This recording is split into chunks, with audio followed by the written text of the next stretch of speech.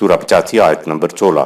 یعنی وہ اپنے ارادے، اپنے پلان، اپنی مشیت اور اپنی اسکیم کے مطابق جو قانون اس نے بنا دیے ہیں ان میں کوئی دخل نہیں دیتا۔ یہ قوانین جب ہم وجود میں بھی نہیں آئے تھے اس زمانے کے بن چکے تھے، پھر قوانین کو ایسا بنایا ہے کہ ان میں خدا خود کسی قسم کی تبدیلی نہیں کرتا اور نہ ہی کوئی دوسرا ان قوانین میں کسی قسم کا تغیر و تبدل کر سکتا ہے۔ سورہ 48 آیت نمبر 23۔ عالم امر میں خدا کے عمل، ارادے، منشا، مشیت کو فعال لما یرید سورہ 85 آیت 16 اور یفعل ما یشاء سورہ 3 آیت 39 کہا ہے۔ عالم امر میں صرف خدا کا ارادہ، عمل یا مشیت چلتی ہے۔ عالم امر سے متعلق کوئی خدا سے سوال نہیں کر سکتا کہ اس نے ایسا یا ویسا کیوں کیا۔ عالم امر میں وہ جو چاہتا ہے کرتا ہے، جو اس کی منشا ہوتی ہے وہ کرتا ہے، وہ اپنے ارادے کے مطابق کرتا ہے اور اس عالم میں وہ کسی قاعدے قانون کا پابند نہیں ہے۔ عالم امر کو کائنات کا حصہ بھی نہیں سمجھنا چاہیے۔ یہ کیا ہے اس کے متعلق کوئی نہیں بتا سکتا، البتہ اتنا کہا جا سکتا ہے کہ عالم امر خالصتاً خدا کے عمل کرنے کا میدان ہے، اس کے علاوہ کسی اور کے عمل کرنے کا میدان نہیں ہے۔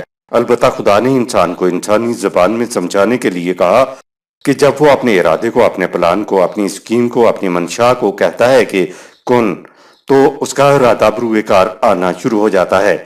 ارادہ کس طرح بروئے کار آتا ہے ہم نہیں جان سکتے۔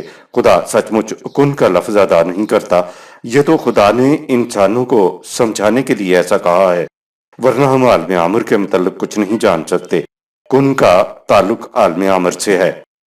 عالم خلق، عالم امر میں خدا کا ارادہ، منشا، پلان یا اسکیم کن کہنے سے جس شے کے حق میں بروئے کار آتا ہے تو خدا کے ارادے میں پوشیدہ شے کن کے فوراً بعد عالم خلق میں پست ترین اور محسوس شکل میں آ جاتی ہے، اور شے سے متعلق جو قوانین عالم امر میں بنائے گئے تھے وہ شے کی تخلیق کے لیے بروئے کار آنا شروع ہو جاتے ہیں۔ یہ فیکون ہے اور اس کا تعلق عالم خلق سے ہے۔ اب شے پہلے سے طے کردہ قوانین کے تحت ارتقائی منازل طے کرتی ہے اور آہستہ آہستہ اپنے نقطۂ تکمیل تک پہنچتی ہے۔ عالم امر میں طے کردہ قوانین کے مطابق شے عالم خلق میں ارتقاء کرنے اور زندگی بسر کرنے پر مجبور ہوتی ہے۔ اس مرحلے کے متعلق خدا نے کہا خلق کل شیء فقدرہ تقدیرا سورہ 25 آیت نمبر 2۔ اب عالم خلق میں ہر شے ہمارے قانون کے مطابق چلنے کے اوپر مجبور پیدا کر دی گئی۔ قانون بنانے کے بعد کہہ دیا وَلَن تَجِدَ لِسُنَّتِ اللَّهِ تَبْدِيلًا سورہ 48 آیت نمبر 23۔ ہم نے جو قوانین بنائے ہیں اب ان میں کوئی تبدیلی نہ ہوگی۔ خدا کے قانون کے اس دوسرے گوشے میں ہر بات قانون کے مطابق ہوگی۔ یہ محسوس کائنات کا عارضی دائرہ ہے جہاں اشیاء کائنات خدا کے بنائے ہوئے قانون کے مطابق زندگی بسر کرنے پر مجبور ہیں۔ انسان کی زبان میں انسانوں کو سمجھانا پڑتا ہے، اس لیے یہ کہنا پڑتا ہے کہ جس خدا نے یہ کہا کہ لا تبدیل لکلماتہ سورہ 6 آیت 115، تم ہمارے قانون میں کبھی تبدیلی نہیں پاؤ گے، تو اس کے معنی یہ ہوئے کہ قانون کو طے کرنے کے بعد خدا خود اپنے آپ پر جبر عائد کر لیتا ہے کہ میں اپنے قانون میں تبدیلی نہیں کروں گا۔ قانون اور اشیاء کائنات دونوں اب مجبور ہو گئیں کیونکہ خدا قانون میں تبدیلی نہیں کرتا، دوسرا کوئی ان میں تبدیلی نہیں کر سکتا اور اشیاء قانون سے ہٹ نہیں سکتی۔ یہ خدا کا عالم خلق ہے۔ پوری کائنات میں خدا نے صرف انسان کو اختیار و ارادہ عطا فرمایا ہے، اس کو مجبور پیدا نہیں کیا گیا۔ یہ چاہے تو قوانین خداوندی کے مطابق زندگی بسر کرے اور چاہے تو کوئی دوسرا راستہ اختیار کر لے، یہ آزاد ہے۔ اسی لیے تو خدا نے انسان سے کہا اعملوا ما شئتم سورہ 41 آیت نمبر 40، اے انسان جو تو چاہتا ہے کر۔ لہذا عالم خلق انسان کے عمل کا میدان ہے، خدا کے عمل کا میدان نہیں ہے، البتہ عالم خلق میں اس کا قانون کار فرما ہوتا ہے۔ تو اب بات یہ ہوئی کہ عالم امر صرف خدا کے عمل کا میدان ہے اور عالم خلق صرف انسان کے عمل کا میدان ہے، اس لیے اس میں کسی دوسرے یہاں تک کہ خدا کے عمل کی بھی گنجائش نہیں، یعنی یہ گنجائش خدا نے خود اپنے پاس نہیں رکھی۔ البتہ عالم خلق میں خدا کا قانون کار فرما ہے جو انسان کے عمل کو نتیجہ خیز بناتا ہے۔ عالم انسانیت، اپنے قانون کو تو عالم خلق میں خدا نے مجبور پیدا کیا ہے، لیکن انسان کو اختیار و ارادہ مل جانے کے بعد انسان خود مختار واقع ہوا ہے، چاہے تو قوانین خداوندی کے مطابق زندگی بسر کرے اور چاہے تو کوئی دوسرا راستہ اختیار کر لے۔ اس کے اختیار و ارادے کا تو یہ عالم ہے کہ خدا نے خود اس کے متعلق کہہ دیا فَمَنْ شَاءَ فَلْيُؤْمِنْ وَمَنْ شَاءَ فَلْيَكْفُرْ، سورہ 18 آیت نمبر 29۔ جس کا جی چاہے ہمارے قوانین پر ایمان لا کر ان کے مطابق عمل کرے اور جس کا جی چاہے ہمارے قوانین کا انکار کر دے۔ ایمان، انکار اور عمل میں انسان کو پوری آزادی ہے، البتہ یہ اس کی مجبوری ہے کہ اپنے عمل کا اپنی خواہش کے مطابق نتیجہ برآمد نہیں کر سکتا۔ نتیجہ تو خدا کے قانون نے برآمد کرنا ہے۔ اگر یہ تینوں گوشے سامنے ہوں تو قرآن کو سمجھنے میں کوئی دشواری نہیں آتی اور آیات کے مفہوم میں تضاد بھی نہیں رہتا۔ فعال لما یرید، سورہ 85 آیت نمبر 16 اور یفعل ما یشاء، سورہ 3 آیت 39 دراصل عالم امر سے متعلق ہیں۔ اس قسم کی آیات قرآن میں آئیں تو ان کا تعلق عالم امر سے سمجھنا چاہیے، جس میں خدا اپنی مشیت، ارادے و اختیار کے ساتھ قانون بناتا ہے۔ اس کے بعد خدا کا قانون عالم خلق میں بروئے کار آ جاتا ہے تو خدا خود ہی اپنے اوپر پابندی عائد کر دیتا ہے کہ میں اب اس قانون میں تبدیلی نہیں کروں گا۔ یہ کچھ کہنے کے بعد قرآن انسانی دنیا کے انقلابوں کی طرف آ گیا ہے۔ آیت نمبر 17۔ هل أتاك حديث الجنود؟ کیا تم تک ان کے واقعات نہیں پہنچے جو بڑے بڑے لشکروں کے ساتھ قوانین خداوندی کی مخالفت کے لیے ہجوم کر کے آئے تھے؟ قانون مکافات کی نتیجہ خیزی کو قرآن تاریخی شواہد کے ذریعے سمجھا رہا ہے۔ آیت نمبر 18۔ فرعون وثمود، فرعون و سمود یعنی قوم فرعون اور قوم سمود کے لوگوں کا انجام۔ آیت نمبر 19۔ بل الذين كفروا في تكذيب، اے رسول، یہ مخالفین ہمارے قوانین سے سرکشی برتتے ہیں اور انہیں جھٹلاتے ہیں۔ آیت نمبر 20۔ والله من ورائهم محيط، خدا کا وہی قانون جس کے تحت اقوام کی تباہی ہوتی ہے انہیں چاروں اطراف سے گھیرے ہوئے ہے۔ آیت نمبر 21۔ بل هو قرآن مجید، بلکہ قرآن کے قوانین تو بڑے شرف و مجد کے حامل ہیں، تو یہ لوگ کیوں اپنے ہی شرف و مجد سے دور بھاگتے ہیں؟ بل ہوا قرآن مجید، یہ بڑے شرف و مجد کا حامل ضابطہ ہے۔ فرعون اور سمود کے لشکروں کا احاطہ کرنے والی کیا چیز تھی؟ قرآن کا نام قرآن تو محمد صلی اللہ علیہ وسلم کے زمانے میں پڑا، لیکن قرآن نے یہ بتایا ہے کہ یہی قرآن سابقہ صحیفوں میں بھی تھا، سورہ 87 آیت نمبر 18۔ اصولی طور پر قرآن کے قوانین پہلے ہی دن سے اس طرح دیے گئے تھے، قوانین خداوندی نہیں بدلا کرتے، سورہ 48 آیت نمبر 23۔ بدلتی ہیں تو قانون کی جزیات بدلا کرتی ہیں۔ آیت نمبر 22۔ فی لوح محفوظ، خدا کے قوانین ہر قسم کے خارجی اثرات سے محفوظ رہنے والی تختی پر پندہ ہیں۔